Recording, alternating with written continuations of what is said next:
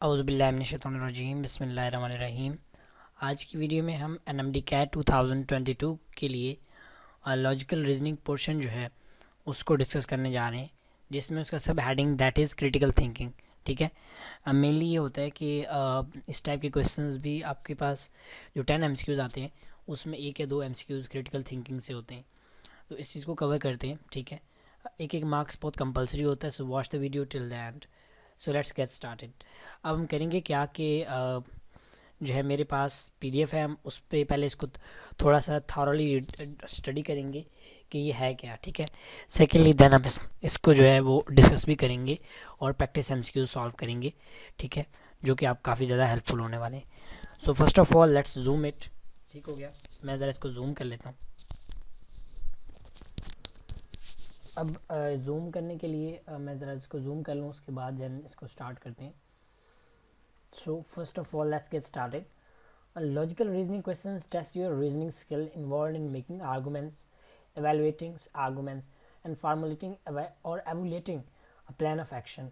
These questions test your ability to read and understand the logic presented in a brief passage, statement, or conversation based on material from variety of sources.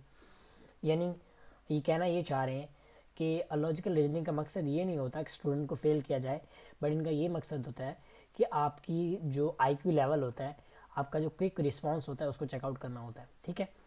सो हमारे पास जो पहला portion है that is हम अगर इसकी बात करें that is critical thinking. ठीक हो गया। सो अब इसमें क्या है कि क्रिटिकल थिंकिंग मेनली ये होता है कि मैं ज़रा आपको यहाँ पे मतलब रीड करके नहीं बताऊँगा, आपको वो आगे एग्जाम्पल से करेंगे। मैं आपको जिस ये बताता हूँ, वो आपको एक पैराग्राफ देंगे। ठीक है, पैराग्राफ देंगे, देन आप उसके नीचे आपसे पूछेंगे, उसके कुछ ऑप्शंस पूछेंगे, ऑप्शन देंगे, फिर पूछेंगे कि भाई इसमें से बताओ कौन सा ट्रू है, कौन सा फॉल्स है, कौन सा प्रोबेबली फॉल्स है, यानी कौन सा बिल्कुल सही है, कौन सा बिल्कुल गलत है, कौन सा शायद गलत है या शायद ठीक है, और कौन सा ऐसा है जिसमें आपको आइडिया नहीं होता कि ये सही है या गलत है। So let's first discuss an example. अब ये स्टेटमेंट है, ठीक है, अब सॉरी यहाँ से स्टार्ट हो रहा है। कह रहे corona virus is killing people across the globe. ठीक हो गया। कोई मतलब आप मतलब बिल्कुल हर कोई जानता है कि कोविड-19 जो है उसकी वजह से बहुत बड़ी मतलब बहुत एक बड़े रेशो पे डेथ हो रही है। ठीक हो गया। अच्छा, रिपोर्टेड केसेस वो rising a couple of month ago but now they are showing some decline. यानी जो कुछ केसेस थे वो पहले अचानक बढ़ रहे थे, बट कुछ महीनों से अब वो कमी की तरफ जा रहे हैं। People are developing awareness about how to avoid getting infected. यानी लोगों को अवेयरनेस हो रही है, वैक्सीनेशन करवा रहे हैं, प्रिवेंशन के लिए स्टेप्स ले रहे हैं, प्रिकॉशनरी मेयर्स ले रहे हैं। On top of that people are now more willing to get vaccinated, यानी वैक्सीनेशन वगैरह करवा रहे हैं then a few months ago. The result are somewhat heart warming. ठीक हो गया, ये आपका स्टेटमेंट होगी। अब आपको ये तीन स्टेटमेंट दी हुई हैं और पूछेगा कि इसमें से कौन सी स्टेटमेंट ठीक है, गलत है, क्या है। First, corona virus is deadly. Corona virus deadly है या ऑफ कोर्स, बिकॉज ये क्योंकि एक वायरल इन्फेक्शन है, वायरल है, और ये वर्ल्ड वाइड जो है इसने इन्फेक्ट किया है, so it is a deadly you can say. People want to get rid of the virus as soon as possible. बिल्कुल, अब लोग कोई पागल थोड़ी है कि वो किसी वायरस, किसी बीमारी के अंदर रहना, मुबतला होना पसंद करते नहीं। दे वॉन्ट दैट कि वो जल्द से जल्द ख़त्म हो जाए। Vaccination centres are now more crowded. अब देखें, जब लोग वैक्सीनेशन करवाएंगे तो जाहिर सी बात है जो सेंटर्स होंगे वहाँ पे क्राउड बढ़ जाएगा। सो अब बताएं दीज स्टेटमेंट्स गिवन आर। अब देखिए मैंने आपको बताया सारी स्टेटमेंट ठीक है, तो क्या ऑप्शन होगा? Option A is the true. True जो है यानी सारे के सारे ठीक है। ठीक है। अब अगर देखें इसमें यहाँ पे एक एग्जांपल थी, इसलिए इन्होंने सॉल्व भी किया हुआ है। As the virus is killing people so it is deadly. पहले क्वेश्चन का answer, people are now more aware to take precautions and they want to get rid of it, because देखिए लोगों को आइडिया हो रहा है कि लोगों को पता चल गया है कि ये खतरनाक डिजीज़ है और इससे डेथ हो सकती है। सो वो उनको अवेयरनेस इस चीज़ से हो रही है। As more people are willing to get vaccinated. अब देखिए लोगों को जैसे ही पता चल रहा है वो वैक्सीनेशन करवा रहे हैं, जिसकी वजह से वो जो है वैक्सीनेशन सेंटर पे क्राउड बढ़ जाता है। Thus the statement are true. यानी जो तीन स्टेटमेंट्स दी हुई हैं वो ट्रू है। ठीक है, अब चलते हैं, अब एग्जाम्पल सॉल्व करते हैं। हमारे पास फर्स्ट एमसीक्यूज है, a flag is a tribute to a nation and should therefore not be hung outside at night. यानी जो एक झंडा होता है उसको रात को जो है बाहर नहीं वो करना चाहिए, यानी किसी भी कंट्री का हो उसको रात को आप कोशिश करें कि मतलब उसको रात को उतार लिया करें। ठीक है। Hosting the flag therefore happens at sunrise, यानी जब सूरज हो तो उस टाइम वापस जो है वो मतलब जो है वो हो, लेकिन अदरवाइज जब मतलब नाइट का टाइम हो तो आप उतार लें। Bring it down at sunset, ठीक है, सूरज ग्रोब होने पे। Only when a country flag is illuminated by spotlights on both sides may remain hanging after sunset. देखिए वो कहने का मतलब ये है कि सूरज जब हुआ, ठीक है, सूरज यानी जब हो तो आप फ्लैग लगा रहने दें, जब सनसेट हो जाए फ्लैग उतार लें। लेकिन हाँ, इन केस अगर आप उसको 3 या 4 साइडों से लाइट दे के रोशन रखते हैं देन आप उसको रात को भी लगा सकते हैं, कोई इस तरह इशू नहीं है।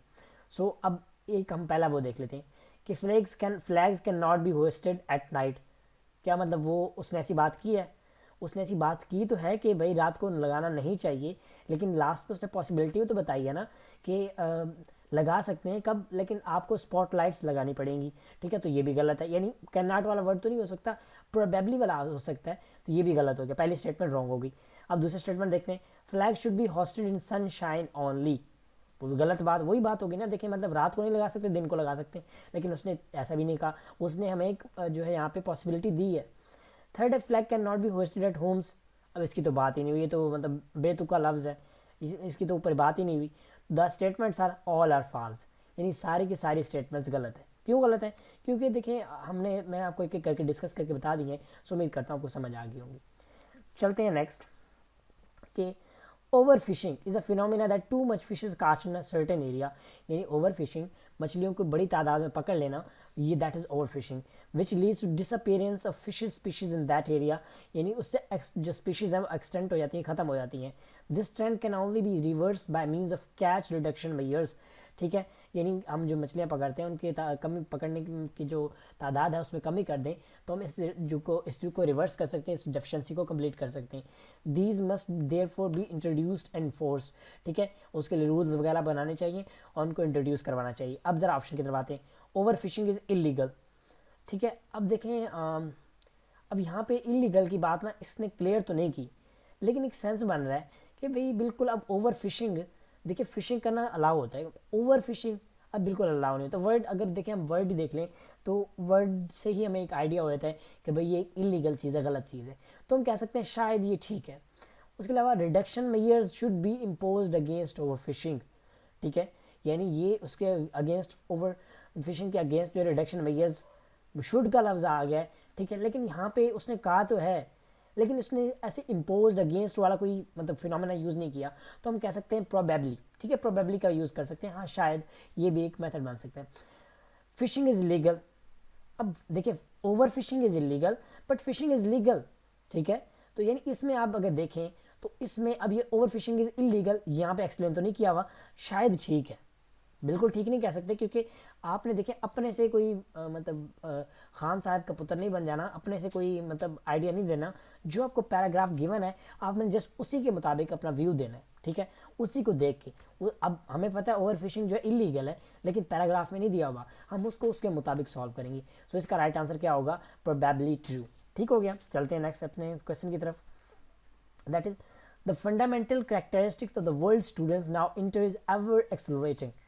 Fundamental characteristic of world student, ठीक है, accelerating change, a world in which information is multiplying even as it is swiftly become obsolete and out of a date, a world in which ideas are continually restricted, retested and rethought, where one cannot survive with simply one of way of thinking।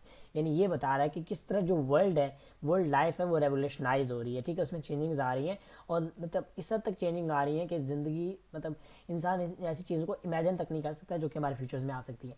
अब देखते हैं इसमें क्या क्या है। World has become very fast, हाँ बिल्कुल सही बात है। देखिए वर्ल्ड फास्ट है, यानी मॉडर्न टेक्नोलॉजी वगैरह में तरक्की कर रहा है तो वर्ल्ड बिल्कुल बिल्कुल फास्ट होगा।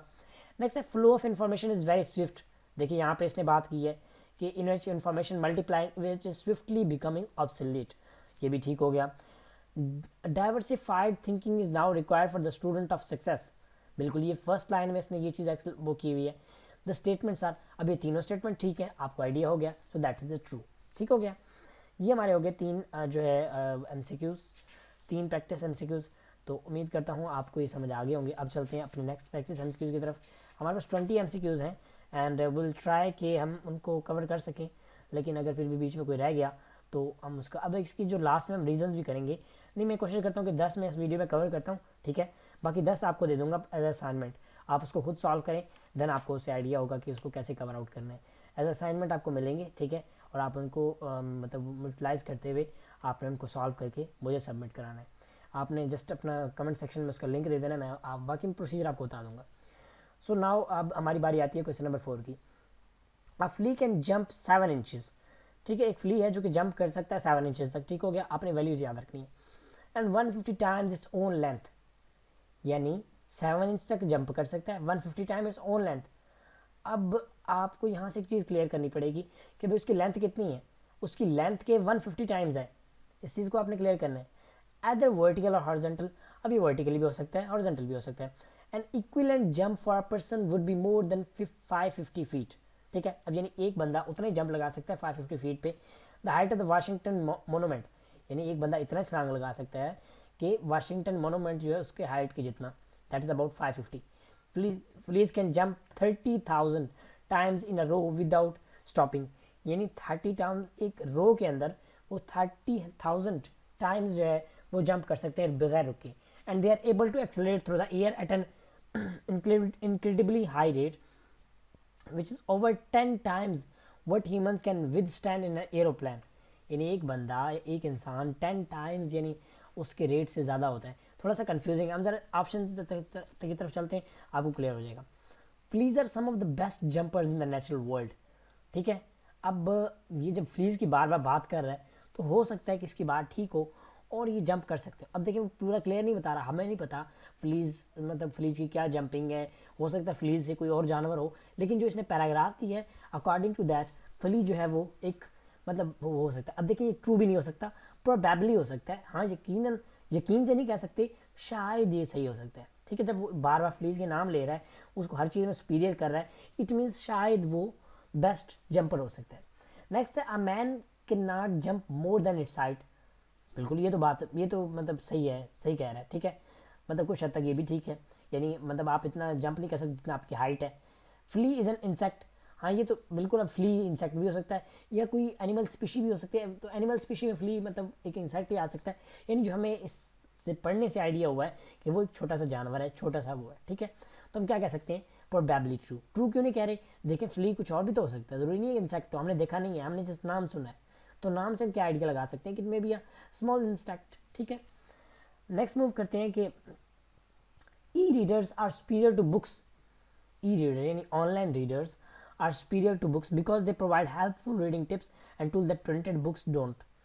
ठीक है, the typical e reader allows user to customize letter size, front and line spacing, it all highlighting, यानी ये बता रहा है एक बंदा ऑनलाइन बुक रीड कर रहा है और एक जो है वो फिजिकली रीड कर रहा है। तो फ़र्क क्या होगा कि ऑनलाइन में बंदा उसको जूम इन कर सकता है, जूम आउट कर सकता है, बट बुक में ऐसा कुछ नहीं होता, आप उसको फिजिकली चेंज नहीं कर सकते। इट आल्सो अलाउज हाईलाइटिंग, यानी आप हाईलाइट कर सकते हैं, इलेक्ट्रॉनिक बुक मार्किंग, कोई पॉइंट अगर ऐड करना हो, एडिट करना आप कर सकते हैं। Furthermore it grants user the ability to get an overview of book and then jump to a specific location based on that overview, यानी आपने यहाँ पे सर्च वगैरह कर सकते हैं। ठीक है, आपने किसी भी पेज पे जाना आप जा सकते हैं, वहाँ पे फिर ऐसे मतलब एक पेज करके वो एक लंबा प्रोसीजर होता है। While these are all the nice features, perhaps the most helpful of it all is the ability to get dictionary definition at a touch of finger। यानी ज़्यादा मतलब हेल्पफुल ये होता है कि आप वहाँ पे डिक्शनरी के मीनिंग ढूंढ सकते हैं, जो कि आप फिजिकल बुक में नहीं कर सकते, आपको उसके लिए सेकेंड मतलब अलग से कंसल्टेंट चाहिए होती है। E reader is very helpful.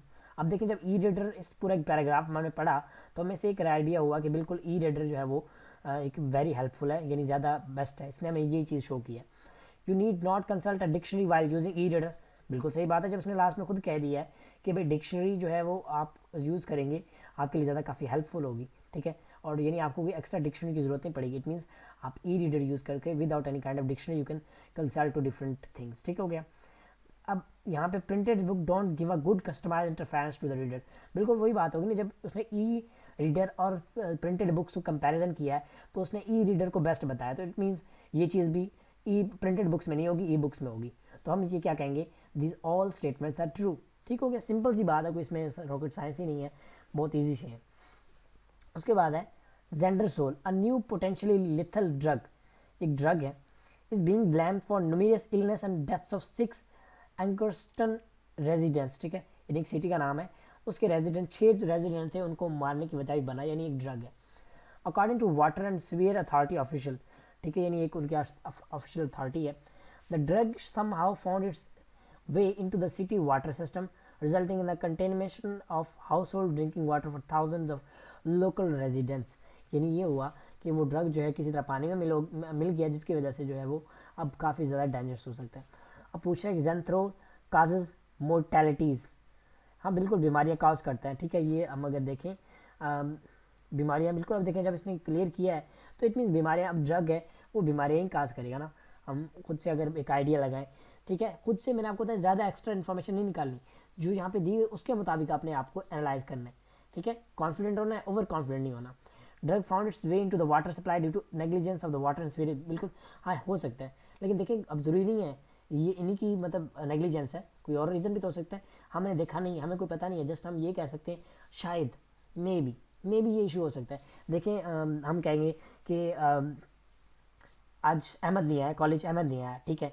अब एक बच्चा कहेगा हो सकता है उसने खुद छुट्टी की हो, एक बच्चा कहेगा हो सकता है उसके अब्बू ने ना आने दिया हो, एक बच्चा कहेगा हो सकता है उसको इमरजेंसी हुई हो। अब हो सकता वाली बात है, किसी को कोई कंफर्म नहीं है, ठीक है ना। हम मुझे कंफर्म है ना किसी को, क्योंकि हमने पता नहीं किया, जस्ट अपने गैस दे रहे। तो यहाँ पे भी आपने गैस देना है। नेक्स्ट अगर हम देखें इसमें ड्रग फाउंड, मतलब दूसरी बात भी यही है, देखिए ज़रूरी नहीं है कि जो उसकी अथॉरिटी है उसने नेग्लिजेंस की हो, कोई और रीज़न भी तो हो सकती है। थर्ड है drug will cause more deaths in future. अब ऐसा हो सकता है, देखिए ड्रग्स है तो ड्रग्स तकरीबन ज़्यादा हार्मफुल ही होते हैं, तो बिल्कुल ऐसी ये बात ठीक है कि वो कोई ना कोई डिजीज़ कॉज कर सकते हैं। तो यानी तकरीबन में तीनों में हम क्या कह सकते हैं, शक वाली बात है, ठीक है। यानी आपको अगर एक, देखिए मैं आपको एक ट्रिक बताता हूँ, और आपको अगर एक स्टेटमेंट में भी अंदाज़ा हो गया कि इसका आंसर क्या बनेगा, ट्रू बनेगा, प्रोबेबिलिटी ट्रू बनेगा, फॉल्स, इनसफिशिएंट डाटा बनेगा, आपको बाकी सारे के सारे इजीली समझ आ जाएंगे, ठीक हो गया। 7 के तो चलते हैं। A service dog is a dog that has been train to assist someone who has physical problem, ठीक है। यानी जो कि फिजिकल प्रॉब्लम के में हेल्प करता है, एक डॉग है जिसको मतलब आप ट्रेन करते हैं और वो दूसरे उस पर्सन के लिए हेल्पफुल होता है। साम let's Mona lean on him. साम एक बंदा है जिसने मोना डॉग का नाम हो सकता है, on him when she walks, ठीक है। यानी जब वो चलती है तो वो मोना को साथ लेके चलती है, या मतलब अपने साथ। He also pulls her wheel chair and turns lights on and off, ठीक है।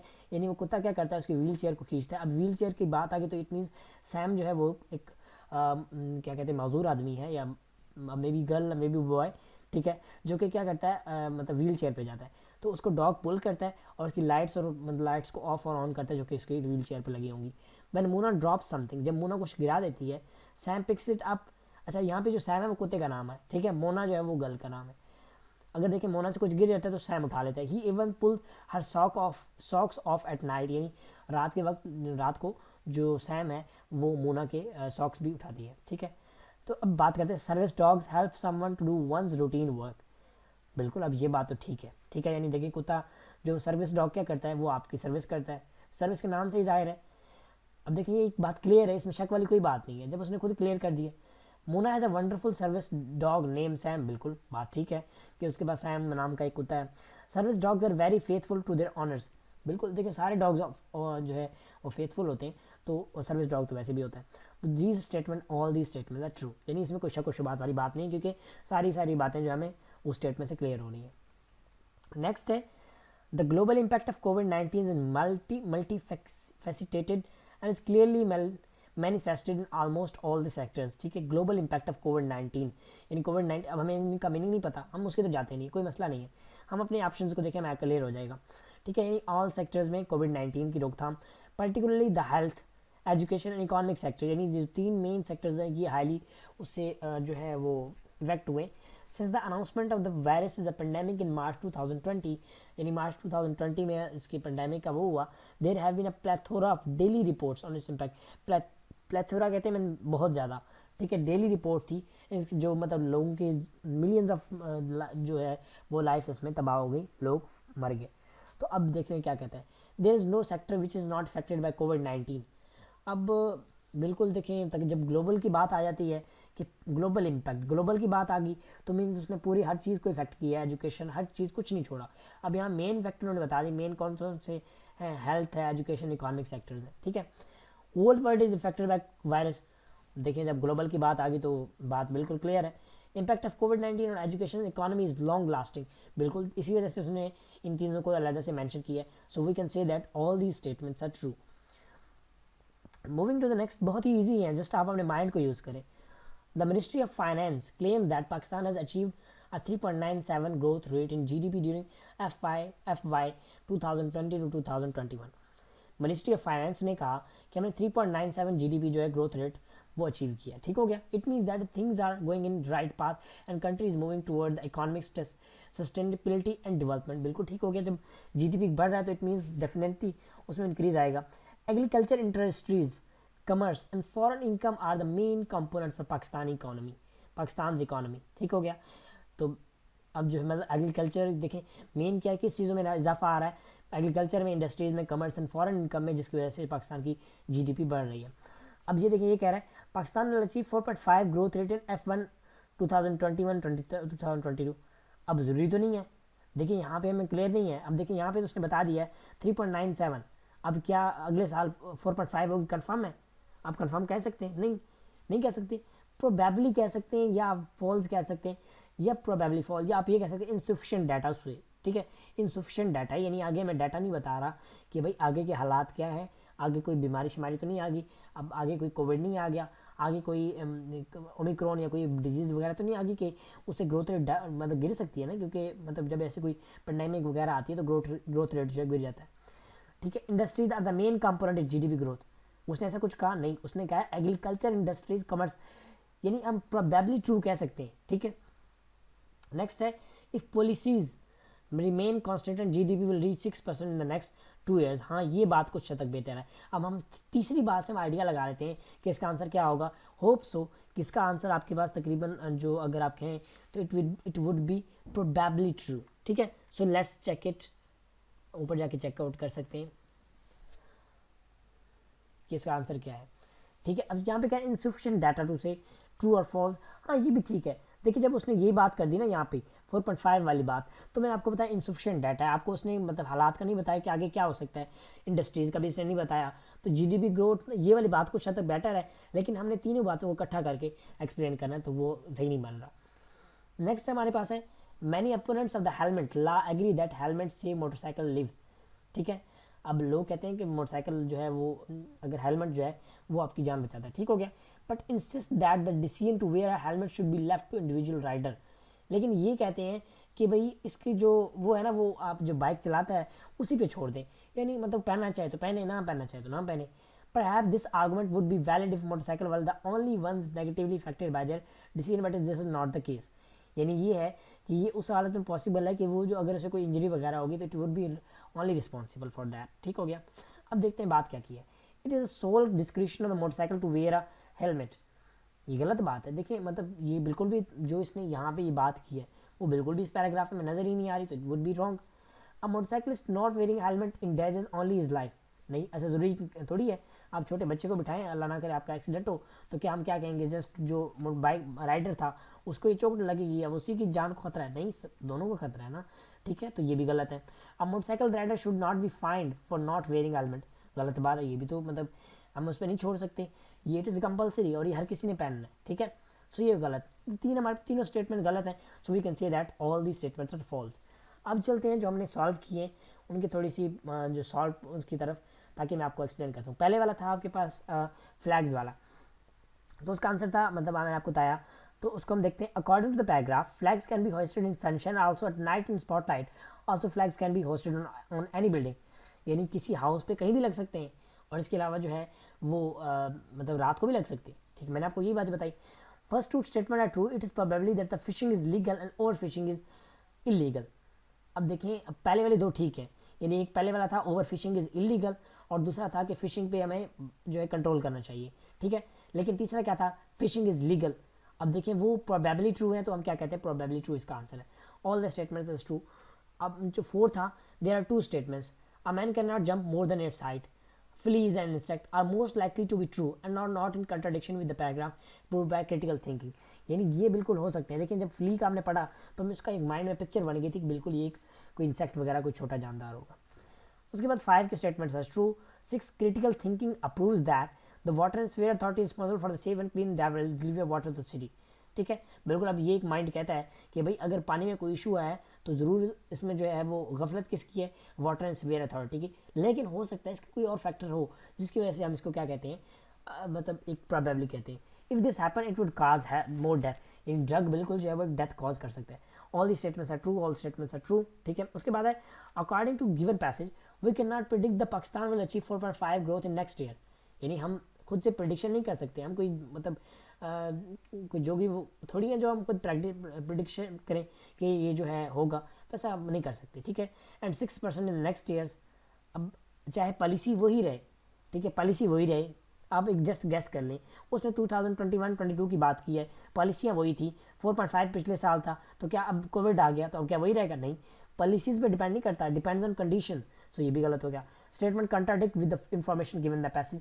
इन जितनी भी स्टेटमेंट्स हैं वो सारी कंट्राडिक्ट करती हैं, ठीक है। उसके बाद अब आपकी असाइनमेंट आती है and you have to do okay, आपने इनकी पिक्स ले लेनी है और मुझे सॉल्व करके भेजनी है, ठीक है। मैं आपको बताऊंगा कहाँ पे आपने शेयर करनी है। ये जो है आप पिक जो आप देख रहे हैं इसकी पिक ले लें, एक ये है, ठीक है। सेकंड आपके पास ये है and you have find there, इसके स्क्रीनशॉट ले लें, ये इसके ऑप्शंस हैं, ठीक है। 13 आप देखें, 13 एंड इसके ऑप्शंस। 14 पे चलते हैं एंड ये आपके पास 14 के आंसर्स। उसके बाद 15 पे चलते हैं, 15, ठीक है। 16 with answers, sorry with statements. 17, ठीक है, ये आपके पास इसका जो आंसर्स है। 18 ऑप्शंस भी आपको गिवन है, आप इससे कर सकते हैं। 19 हो गया, 19 कुछ हिस्सा नीचे है और कुछ हिस्सा आपको यहाँ पे मिल जाएगा, ये इसके ऑप्शन यहाँ पे मिल जाएंगे। 20 आपके पास ये है, ठीक है। तो ये थी आज के हमारे वीडियो एंड उम्मीद करता हूँ आपको पसंद आई होगी। बहुत सिंपल है, कोई इतना मतलब इसमें रॉकेट साइंस वगैरह कुछ भी नहीं है, बहुत ईजी है, आप इसको ईजिली कवर आउट कर सकते हैं, ठीक है। और अगर आपको ये PDF बुक चाहिए और तो इसका भी मैं आपको लिंक प्रोवाइड कर दूंगा, आप इसको चेकआउट कर सकते हैं। बट आपको पहले ये जमा करवाना पड़ेगा। अब वो सबमिट कैसे कराना है उसका मैं आपको थोड़ा तरीका बता देता हूँ। चलते हैं जी अपने ब्राउज़र में एंड यहाँ पे हम चलते हैं, ओपन कर लेते हैं फेसबुक, ठीक है। फेसबुक में क्या करना है, मैं आपको इसका लिंक जो है डिस्क्रिप्शन में प्रोवाइड कर दूँगा एंड आपने यहाँ पे आके जो है वो प्रोवाइड करने हैं, जो MCQs होगा वो आपने हमें प्रोवाइड करने हैं हमारे फेसबुक ग्रुप पे, ठीक है। तो मैं यहाँ पे इसको ग्रुप का नाम लिख देता हूँ, मे बी नेट स्लो है जिसकी वजह से जो है वो थोड़ा सा इशू कर रहा है। NMD CAT प्रेपरेशन 2022 इस ग्रुप का नाम है, फेसबुक पे है, ठीक है। एंड आप इसे जस्ट यहाँ पे हम देख लेते हैं, फिर भी इसको अब ओपन हो गए, चलें तो इसको ओपन कर लेते हैं और वो आपने सॉल्व करके वहाँ पे अपलोड करने और साथ मुझे मेंशन कर देना, otherwise I won't be able to answer, ठीक है। अभी ये ग्रुप है, आप देख सकते हैं। हम इसको कर लेते हैं open, just wait for it open हो जाए, ठीक है। देन यहाँ पे आपने क्या करना है कि ये देखें आपके पास ग्रुप आ गया, ठीक है। यहाँ पे आपने पोस्ट लगाना है, पोस्ट लगाने के बाद मुझे मेंशन कर देना, मेरा नाम आपको मिल जाएगा यहाँ से। आपको ज़रा अपना नाम और ID शो कर दो ताकि अगर कोई क्वेश्चन आप डायरेक्टली पूछना चाहते हैं then you can send me friend request and I accept it. After that you can ask me in inbox, ठीक है। तो ये मेरा नाम है मोहम्मद यूनुस किसरानी और मुझे यहाँ पे वहाँ पे उस ग्रुप पे मेंशन कीजिएगा, ठीक हो गया। मेंशन करने के बाद जो है वो अपना क्वेश्चन वहाँ पे शेयर कर दीजिएगा, मैं आपको चेक करके उसका आंसर बता दूंगा, ठीक है। सो होप सो कि this video would be helpful for you people. Thank you so much for watching this video. इंशाल्लाह बाकी हम और भी वीडियोज़ बनाएंगे और भी इस तरह चीज़ें डिस्कस करेंगे, तो आपको बहुत ज़्यादा मतलब हेल्प होने वाली है, ठीक है। Stay tune, stay connected. Thank you so much. अल्लाह हाफिज़।